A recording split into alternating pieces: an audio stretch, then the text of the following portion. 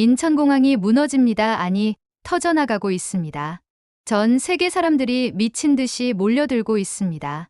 밤을 새워 줄을 서는 청년들, 아이를 안고 기다리는 가족들, 심지어 억만장자 투자자들까지 단 한 장의 서류를 움켜쥐고 있습니다. 그 서류의 이름은 한국행 비자 신청서.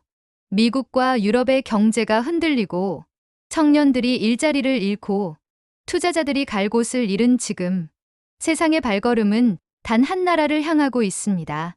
외신 기자들은 놀라움 속에 외쳤습니다. 이건 코리아 러시코어 러시다. 19세기 금광을 향해 달려가던 골드러시처럼 21세기 인류는 한국을 향해 몰려가고 있습니다. 그리고 오늘 인천국제공항은 전 세계 입국자 신기록을 갈아치웠습니다. 이 작은 나라가 드디어 세계의 중심에 섰습니다.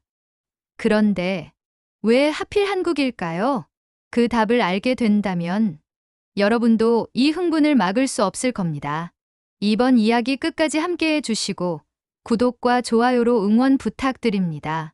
여러분의 응원이 한국의 더욱 놀라운 이야기를 전하는 원동력이 됩니다. 제 이름은 마이클 앤더슨입니다. 저는 미국 중서부의 작은 도시에서 태어나 금융업에 종사하던 사람입니다. 몇 년 전만 해도 안정된 직장과 작은 집, 그리고 가족과 함께하는 평범한 삶이 저에게는 충분한 행복이었죠. 하지만 지금 제 눈앞에서 벌어지는 현실은 제가 그토록 당연하게 여겼던 일상이 얼마나 쉽게 무너질 수 있는지 보여주고 있습니다.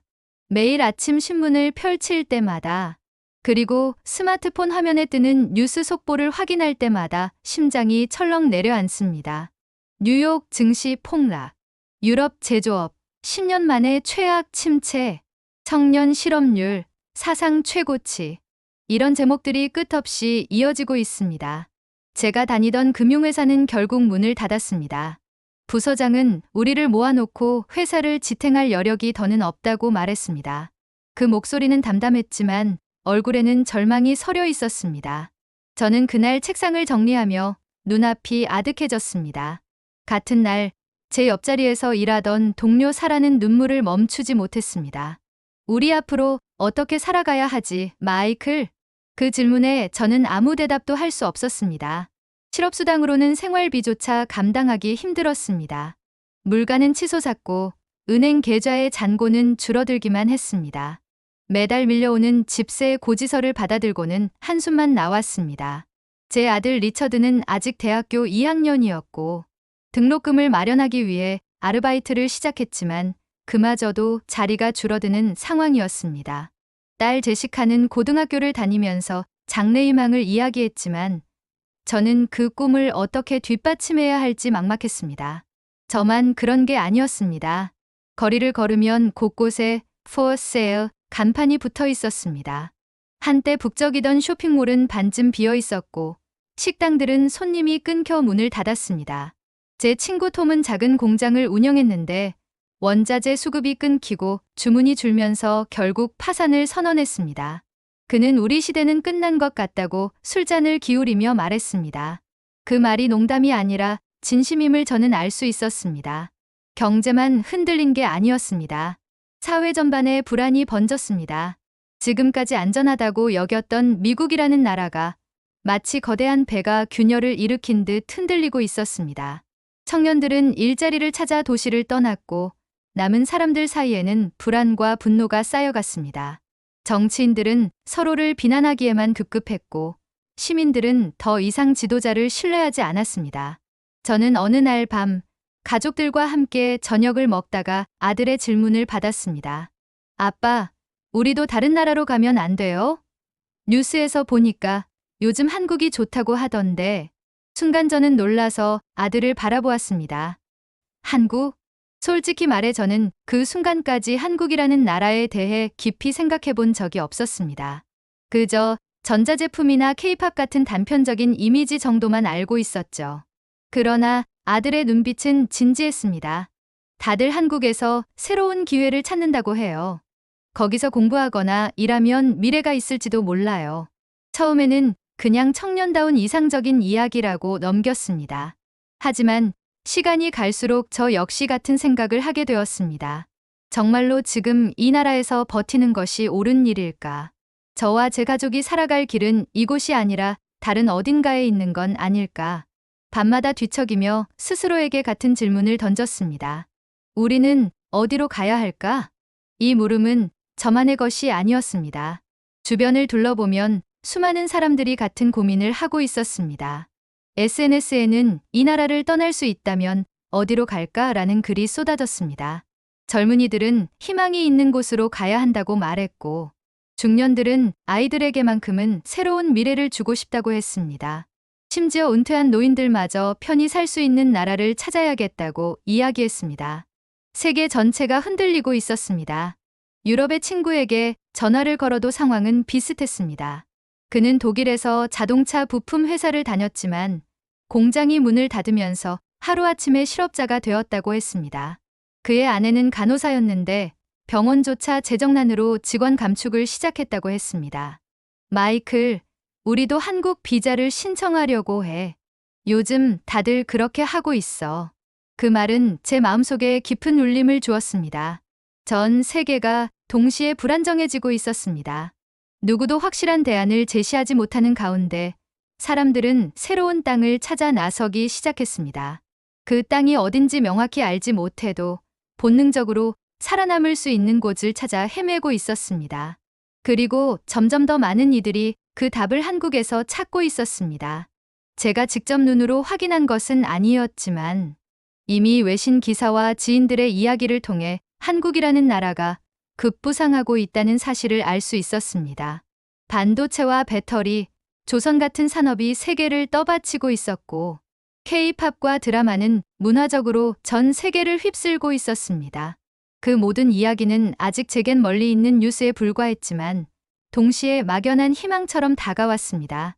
혹시 우리도 한국으로 간다면 다시 시작할 수 있지 않을까? 이 질문이 제 머릿속에서 떠나지 않았습니다. 마치 끝없는 폭풍 속에서 작은 등불 하나가 깜빡이는 것처럼 한국이라는 이름은 제게 새로운 방향을 알려주는 신호 같았습니다. 그리고 저는 곧 그 신호를 따라가야 한다는 결심을 하게 되었습니다.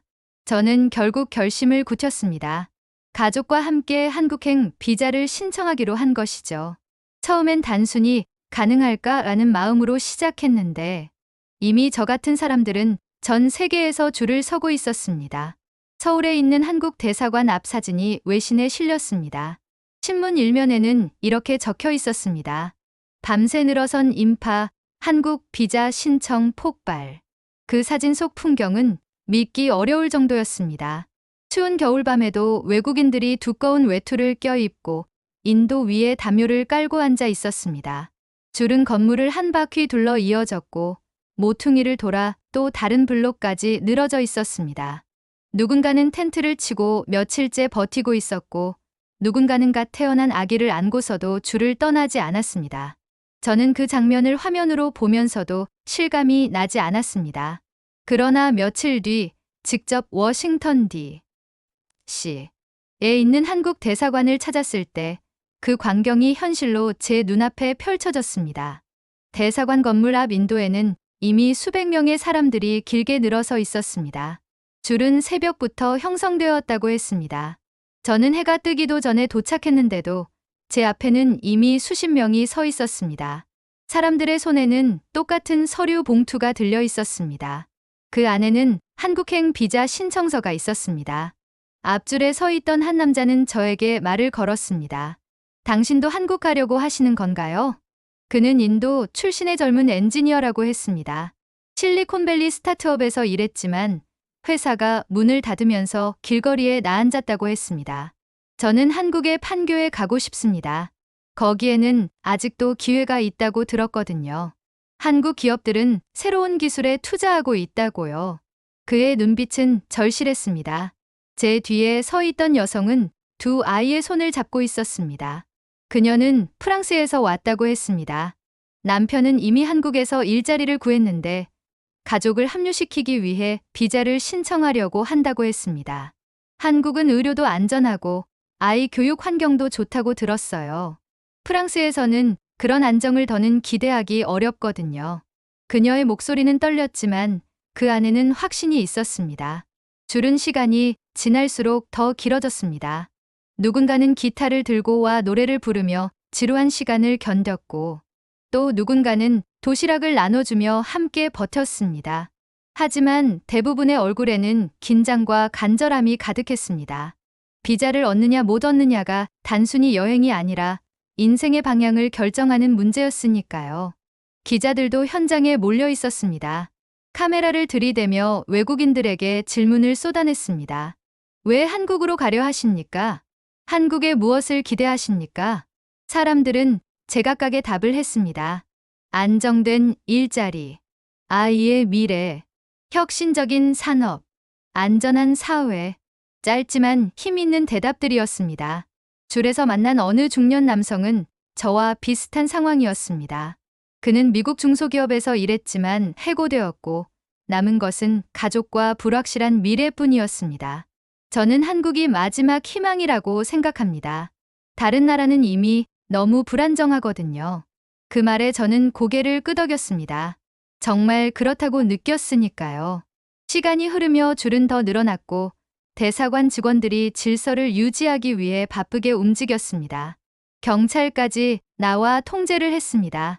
누군가는 마치 콘서트 티켓팅 같다고 농담했지만 그 농담에는 웃음보다 씁쓸함이 담겨 있었습니다. 사람들이 이토록 간절히 한나라로 몰려드는 광경은 저도 처음이었습니다. 제 차례가 다가올수록 손에 쥔 서류가 땀으로 젖었습니다.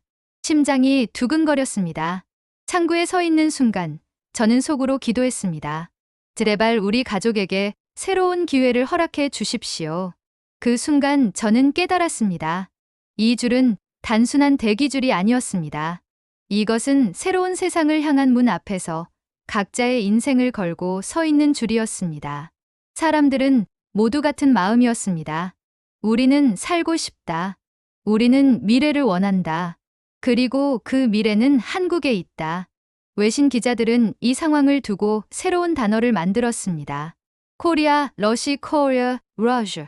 마치 한 시대의 골드러시처럼 전 세계 사람들이 한국으로 몰려드는 현상을 표현한 것이었습니다. 저는 그 말이 조금도 과장이 아니라는 걸 현장에서 똑똑히 느꼈습니다. 줄을 서며 바라본 하늘은 아직 겨울답게 차가웠습니다. 그러나 제 마음속에는 이상하게도 따뜻한 희망이 피어나고 있었습니다. 이 줄 끝에서 열릴 문이 우리 가족의 삶을 바꿀지도 모른다는 생각이 들었기 때문입니다.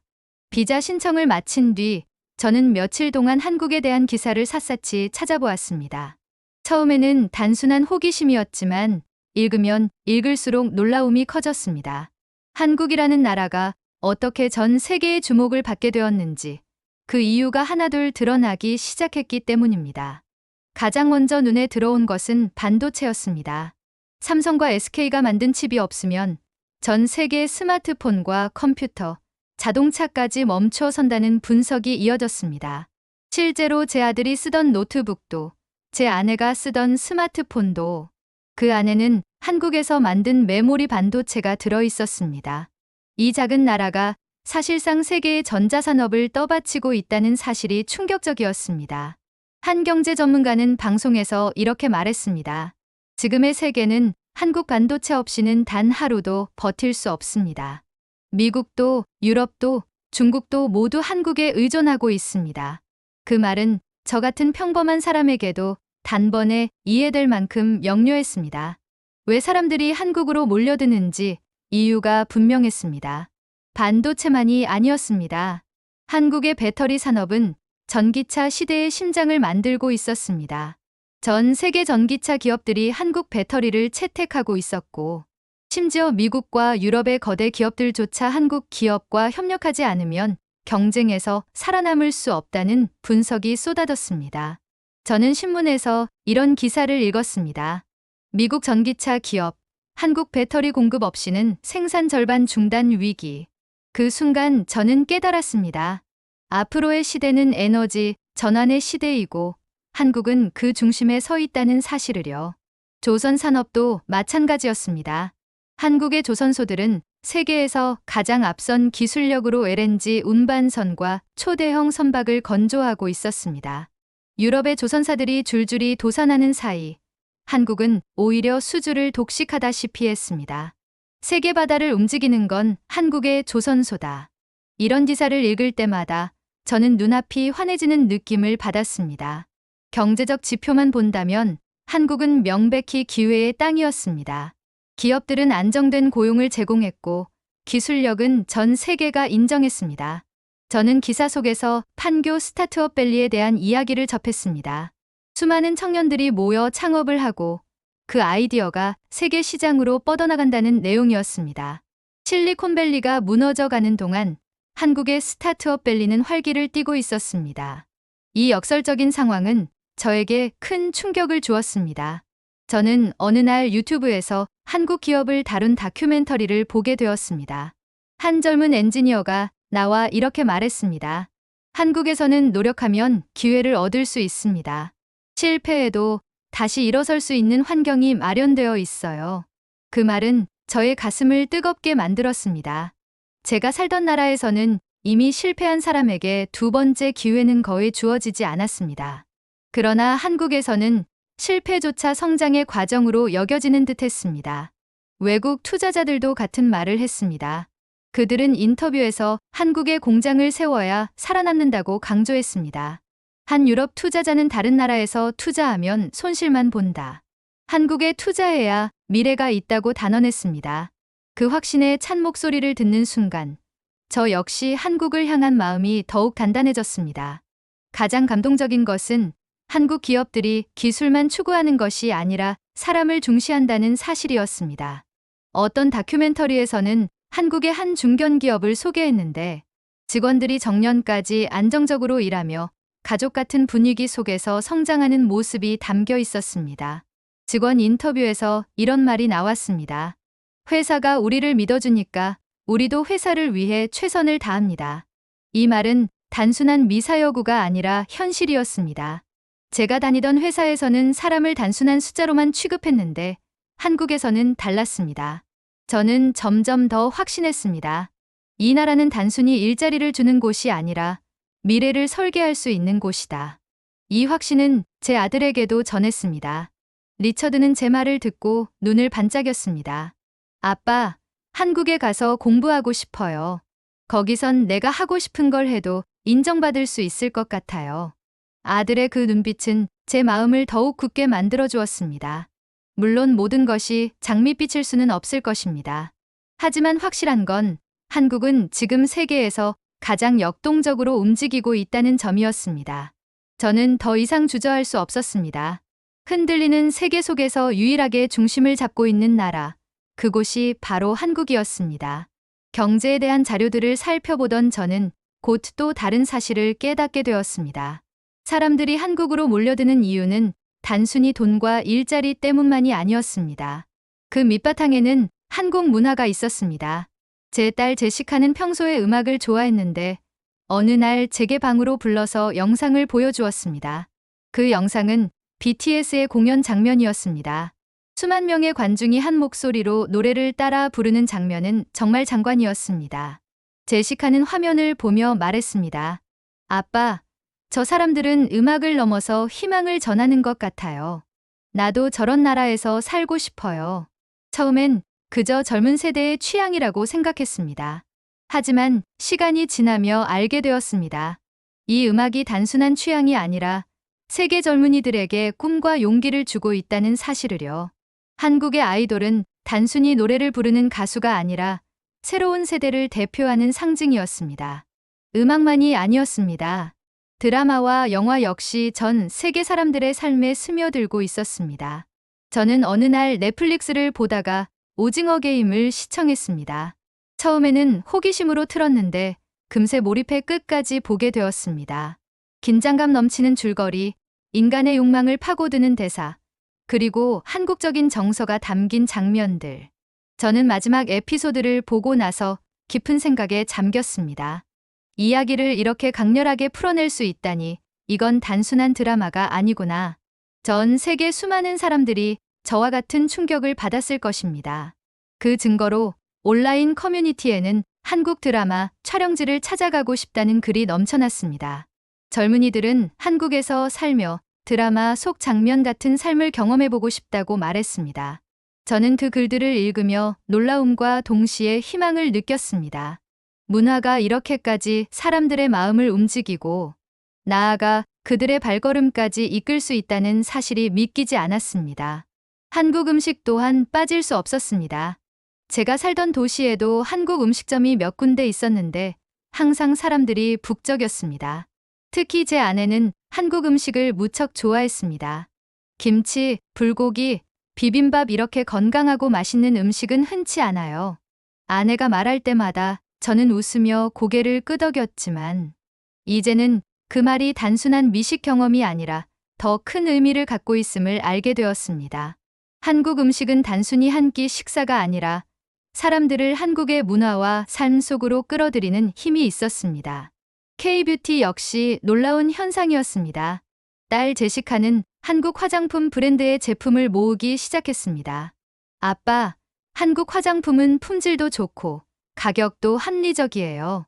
게다가 디자인도 예쁘잖아요. 그 말에 저는 처음에는 웃어넘겼지만 곧 깨달았습니다.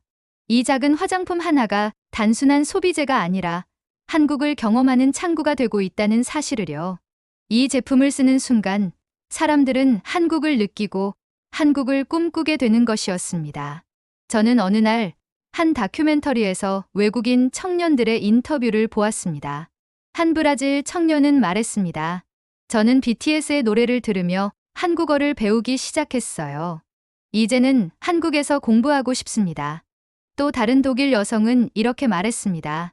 드라마에서 본 한국 사회의 따뜻함이 너무 인상 깊었어요.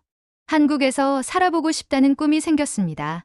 그들의 진심 어린 목소리를 듣는 순간 저는 문화가 단순한 오락이 아니라 삶을 바꾸는 힘이 될 수 있음을 깨달았습니다.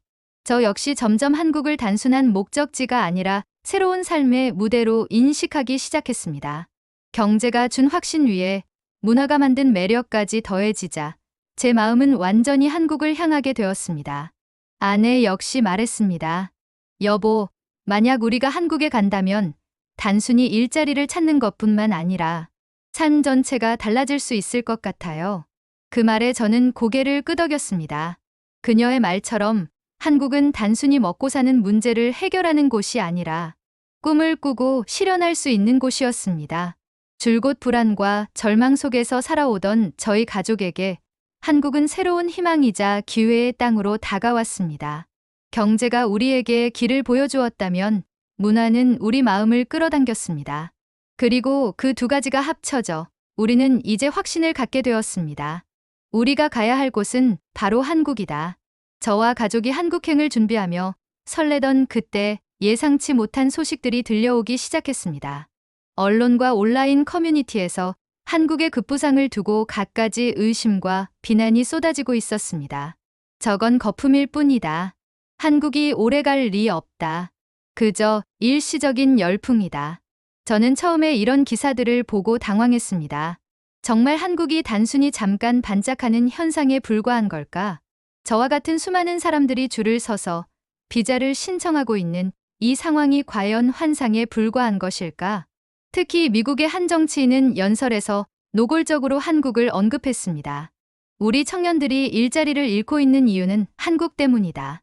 모든 산업이 한국으로 빨려 들어가고 있다. 우리는 반드시 이 불공정한 상황을 막아야 한다. 그 목소리는 단호했지만 저는 그 말을 듣고 오히려 씁쓸했습니다. 자국 내 문제를 해결하지 못하면서 왜 한국을 탓하는 걸까? 하지만 이런 목소리는 점점 더 커져갔습니다. 유럽의 일부 언론도 마찬가지였습니다.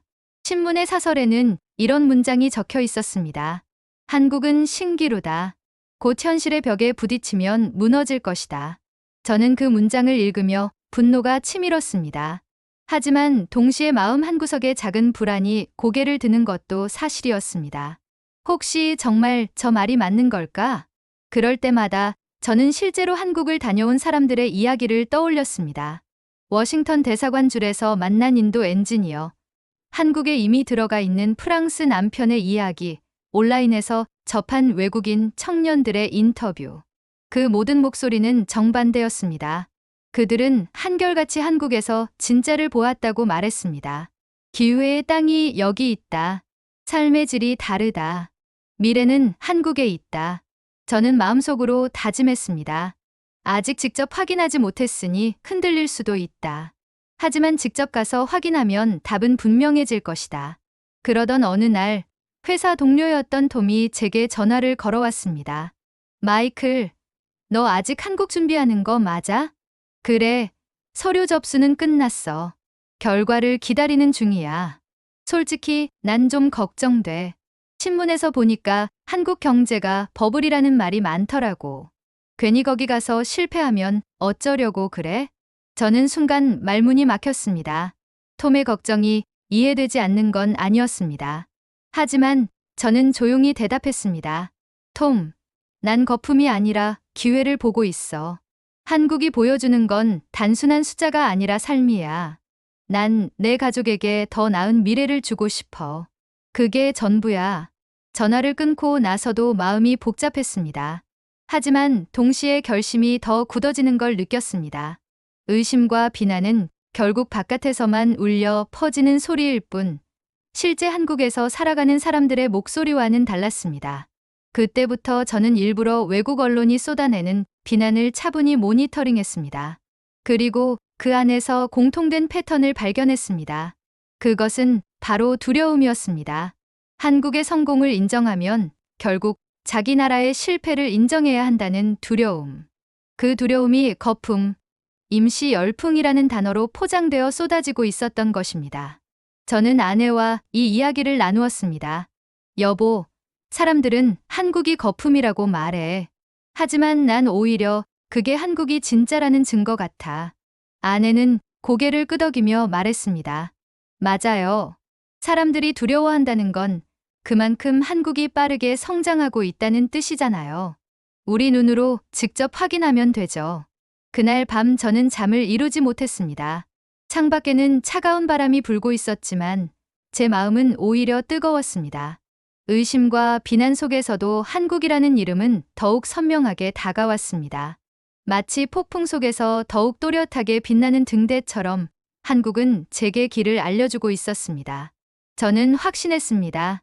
의심은 결국 외부의 소음일 뿐이고 진실은 현장에서 확인할 수 있습니다. 그리고 그 현장은 한국이었습니다. 드디어 저는 직접 한국 땅을 밟게 되었습니다. 비행기가 인천국제공항 활주로에 내려앉는 순간 제 가슴은 두근거렸습니다. 이곳이 우리가 꿈꾸던 곳이구나. 아내와 아이들도 창밖을 바라보며 숨을 죽였습니다. 끝없이 펼쳐진 활주로, 분주하게 움직이는 사람들, 그리고 어쩐지 정돈된 질서 속에 흐르는 긴장감. 첫 신상부터 달랐습니다. 공항에서 밖으로 나왔을 때 저는 곧장 판교 스타트업 밸리를 향했습니다. 비자 신청을 기다리며 수없이 읽었던 기사와 영상 속 장소였습니다. 그러나 직접 눈으로 보는 것은 전혀 달랐습니다. 현장은 뜨겁고 역동적이었으며 무엇보다 사람들의 눈빛이 달랐습니다. 넓은 거리를 따라 늘어선 건물들은 대부분 첨단 기업의 이름을 걸고 있었습니다. 카페에는 노트북을 펼쳐놓은 청년들이 가득했고 회의실에는 아이디어를 논의하는 목소리가 흘러나왔습니다. 저는 순간 실리콘밸리가 전성기였던 시절을 떠올렸습니다. 하지만 여기는 그보다 훨씬 더 치열했고 동시에 희망에 차 있었습니다. 그곳에서 저는 한 아프리카 청년을 만났습니다. 그는 이름이 칼레브라고 했습니다. 에티오피아에서 왔다는 그는 제게 이렇게 말했습니다. 저는 제 나라에서 아무리 노력해도 기회를 얻을 수 없었습니다. 하지만 여기서는 다릅니다. 이곳은 기회의 사막이 아니라 오아시스예요. 한국에서 저는 제 꿈을 현실로 만들 수 있다고 믿습니다. 그의 눈가에는 눈물이 맺혀 있었습니다. 저는 가슴이 먹먹해졌습니다. 그의 말은 기사 속 문장이 아니라 살아있는 증언이었기 때문입니다. 또 다른 만남은 한 유럽 가족이었습니다. 그들은 어린 두 아이의 손을 잡고 있었습니다. 아이들은 환하게 웃으며 한국어로 간단한 인사를 건넸습니다. 부모는 저에게 말했습니다. 우리는 처음엔 관광으로 한국에 왔습니다. 하지만 며칠 만에 결심했어요. 여기서 아이들을 키우고 싶다고요.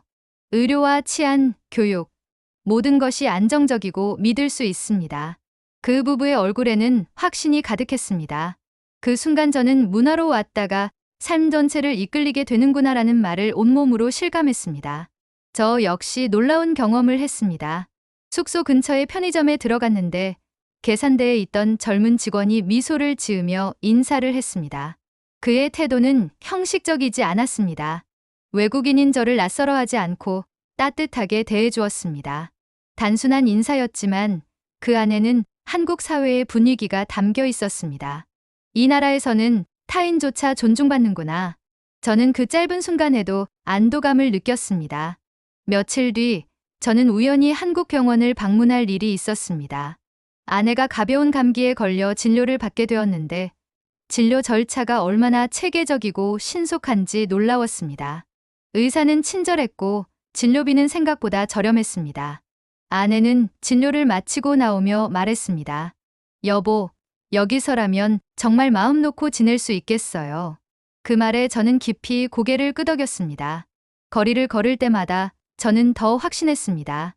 밤에도 환하게 불이 켜진 골목, 질서정연하게 움직이는 대중교통, 안전하게 뛰노는 아이들. 제가 살던 도시에서는 이미 잃어버린 풍경이었습니다. 여기서는 그것이 당연하게 지켜지고 있었습니다. 판교에서 만난 한 스타트업 대표는 저에게 이렇게 말했습니다. 한국은 단순히 기술로만 성장한 나라가 아닙니다. 사람들이 노력하면 그에 걸맞은 기회를 주는 나라예요. 그리고 실패해도 다시 일어날 수 있는 환경이 있죠. 그게 한국의 진짜 힘입니다. 그 말은 제 마음속 깊이 새겨졌습니다. 의심과 비난으로 흔들리던 제 마음은 이곳에서 완전히 사라졌습니다. 실제로 경험한 한국은 기사보다, 영상보다 훨씬 더 강렬했습니다. 저는 깨달았습니다. 이 나라는 거품이 아니다. 진짜다. 그리고 미래다. 그날 밤 숙소로 돌아오면서 저는 가족에게 말했습니다. 여보, 아이들아, 이제 확신했지? 우리가 온 길이 맞다는 걸. 아내는 조용히 제 손을 잡았고 아이들은 환하게 웃으며 고개를 끄덕였습니다. 그 순간 저는 알았습니다. 우리는 단순히 새로운 나라에 도착한 것이 아니라 새로운 삶을 시작한 것이었습니다. 한국에서 며칠간 생활하며 확신을 굳힌 그 무렵, 세상을 뒤흔드는 소식이 전해졌습니다. 아침 일찍 숙소 TV를 켰을 때 화면 하단 속보 자막이 제 눈을 사로잡았습니다. 인천국제공항, 단일일 입국자 세계 신기록 달성. 처음에는 제가 잘못 본 줄 알았습니다. 하지만 진행자의 목소리는 분명했습니다. 어제 하루 인천국제공항을 통해 입국한 외국인의 수가 사상 최고치를 기록했습니다. 이는 기존 세계 기록을 넘어서는 수치로 한국이 글로벌 중심지로 떠올랐음을 증명합니다. 저는 얼어붙은 듯 화면을 바라봤습니다. 가슴속에서 무언가 벅차오르며 눈물이 핑 돌았습니다. 아내는 손으로 입을 가린 채 놀란 눈빛을 보였고 아이들은 환호성을 질렀습니다. 화면은 공항 현장으로 전환되었습니다. 끝없이 이어진 입국장 행렬, 짐을 끌며 환하게 웃는 사람들, 땀을 흘리며 분주히 움직이는 공항 직원들, 그리고 카메라를 들고 우왕좌왕하는 외신 기자들의 모습이 교차했습니다. 기자는 흥분한 목소리로 말했습니다. 지금 보시는 이 장면이 바로 역사의 현장입니다. 한국으로 향하는 전 세계의 인파가 몰려들고 있습니다. 우리는 지금 새로운 시대의 탄생을 목격하고 있습니다. 그 순간 저는 다시 한번 깨달았습니다. 제가 본 것은 단순한 뉴스가 아니라 역사적 장면이었습니다. 아침 뉴스를 본 뒤 저는 직접 공항으로 발걸음을 옮겼습니다. 가까이서 보고 싶었습니다. 그리고 그곳에서 저는 믿을 수 없는 풍경과 마주했습니다. 입국장은 사람들로 가득 차 있었습니다. 줄지어 들어오는 외국인들의 얼굴은 기대와 설렘으로 빛났습니다. 누군가는 한국어 교재를 손에 들고 있었고 누군가는 가방에 한국 기업의 로고가 붙은 서류를 가지고 있었습니다. 아이들의 손을 잡은 부모들, 창업을 준비하는 젊은이들, 노년의 부부까지. 온 세대와 모든 국적의 사람들이 한 방향으로 향하고 있었습니다. 공항 한켠에서는 땀에 젖은 공항 직원들이 분주하게 움직였습니다. 피곤할 만도 했지만 그들의 얼굴에는 뿌듯함이 묻어 있었습니다. 마치 자신들이 세계의 중심을 지탱하고 있다는 자부심이 드러나는 듯했습니다. 외신 기자들은 인터뷰를 하느라 분주했습니다. 한 기자가 외국인 여행객에게 물었습니다. 왜 한국을 선택하셨나요? 그 여행객은 주저하지 않고 대답했습니다. 이 나라는 안전하고 기회가 있고 꿈이 있습니다. 다른 곳에서는 찾을 수 없는 미래가 여기 있어요. 그 대답은 마치 제 마음을 대신 말해주는 듯했습니다. 저는 그 순간 제 선택이 옳았음을 확신했습니다. 공항 전광판에는 도착편이 쉼없이 늘어났습니다. 로스앤젤레스 출발, 인천 도착. 파리 출발, 인천 도착. 상파울루 출발, 인천 도착. 나이로비 출발, 인천 도착. 끝없이 이어지는 행렬이 한 나라를 향한 전 세계의 발걸음을 증명하고 있었습니다. 사람들의 눈빛은 모두 같았습니다. 간절함, 희망, 그리고 설렘. 저는 그 속에서 제 자신을 보았습니다. 불안과 절망 속에서 미래를 찾아 나선 제 모습이 수많은 사람들과 겹쳐 보였습니다. 그리고 그 결론은 하나였습니다. 이 작은 나라가 이제 세계의 중심이 되었다. 그날 저녁 뉴스 앵커는 다시 한번 강조했습니다. 한국은 더 이상 아시아의 변방이 아닙니다. 오늘의 기록은 전 세계가 한국을 선택하고 있음을 보여줍니다. 이 말을 듣는 순간 제 가슴은 벅차올라 눈물이 흘렀습니다. 아내와 아이들이 제 손을 꼭 잡았습니다. 그 온기는 말로 다 표현할 수 없었습니다. 그날 밤 저는 일기에 이렇게 적었습니다. 오늘 나는 역사 속 한 장면을 목격했다. 이 나라는 더 이상 꿈의 대상이 아니라 인류가 모여드는 현실이다. 그리고 나 역시 그 역사의 일부가 되었다. 인천국제공항의 대형 스크린에 거대한 문구가 떠올랐습니다. Korea, where the world arrives. 순간 저는 숨이 멎는 것 같았습니다. 그 문구는 단순한 홍보 문구가 아니었습니다. 세계 곳곳에서 몰려온 수많은 사람들의 발걸음이 실제로 지금 이곳에 도착하고 있음을 보여주는 선언이었습니다. 그리고 저 역시 그 흐름 속 한 사람으로 서 있었습니다. 아내는 제 손을 꼭 잡으며 눈시울을 붉혔습니다. 여보, 이 말이 꼭 우리 가족 이야기 같아요. 우리가 이렇게 먼 길을 돌아서 결국 도착한 곳이 바로 여기잖아요. 아이들은 서로를 바라보며 환하게 웃었습니다. 아빠, 우리도 세계랑 같이 온 거예요. 이제 한국이 우리 집이 되는 거죠? 그 천진한 목소리를 듣는 순간 가슴 깊은 곳에서 뜨거운 무언가가 북받쳐 올랐습니다. 공항 안은 여전히 분주했습니다. 캐리어를 끌며 입국장을 빠져나오는 수많은 사람들, 서로를 반갑게 맞이하는 가족들, 긴 줄을 서서 입국 심사를 기다리는 외국인들. 그 얼굴에는 피곤함이 묻어 있었지만 동시에 새로운 시작을 향한 기대가 번져 있었습니다. 저는 그들의 표정 속에서 제 모습을 보았습니다. 불안정한 나라를 떠나 새로운 기회를 찾아온 사람들의 눈빛. 그 눈빛은 모두 같은 방향을 향하고 있었습니다. 바로 한국이었습니다. 며칠 전 만났던 칼레브가 제 머릿속을 스쳤습니다. 그는 기회의 사막을 떠나 이곳을 오아시스로 불렀습니다. 프랑스 가족은 아이들의 미래를 위해 한국을 선택했다고 했습니다. 독일 청년은 문화의 매력에 이끌려 이곳을 택했습니다. 이렇게 제각각의 이유로 모여든 사람들이 한 나라를 향해 같은 발걸음을 내딛고 있었습니다. 저는 생각했습니다. 왜 한국일까? 답은 명확했습니다. 사람들은 단순한 경제적 기회만을 찾아온 것이 아니었습니다.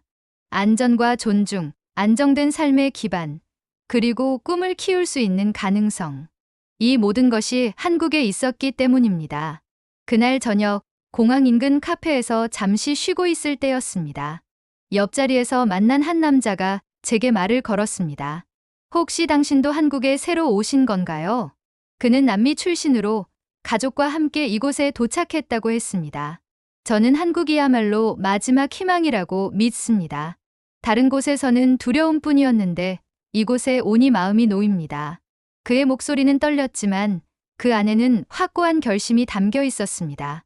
저는 고개를 끄덕이며 말했습니다. 네, 저도 같은 이유로 왔습니다. 우리 가족에게 이곳이 새로운 시작이 될 겁니다. 우리는 잠시 서로를 바라보며 웃었습니다. 언어와 배경은 달랐지만 마음속 진실은 같았습니다. 우리는 모두 이 나라에 기대고 싶었던 것입니다.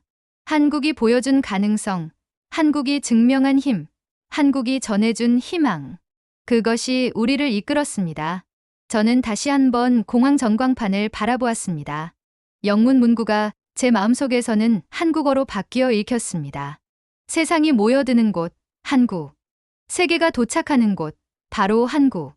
온 세상이 향하는 곳, 한국. 짧지만 강렬한 문장이었습니다. 그 안에는 한국이 걸어온 길과 앞으로 걸어갈 길이 모두 담겨 있었습니다. 전쟁의 폐허에서 시작해 반세기 만에 세계가 모여드는 나라로 성장한 기적. 그 기적을 가능케 한 국민들의 땀과 눈물, 그리고 다시금 그 길을 선택하는 전 세계 사람들의 발걸음. 아내가 제 어깨에 기대며 말했습니다. 여보, 우리 이제 두려워하지 말아요. 한국은 단순히 우리가 도착한 나라가 아니라 우리가 함께 살아갈 집이에요. 아이들도 환하게 웃으며 외쳤습니다. 한국에서 우리 꿈을 이룰 거예요.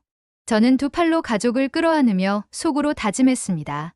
그래, 이곳이 우리가 찾던 미래다. 이곳에서 우리는 다시 시작할 것이다. 공항을 나서는 순간 찬바람이 얼굴을 스쳤지만 제 마음은 따뜻했습니다.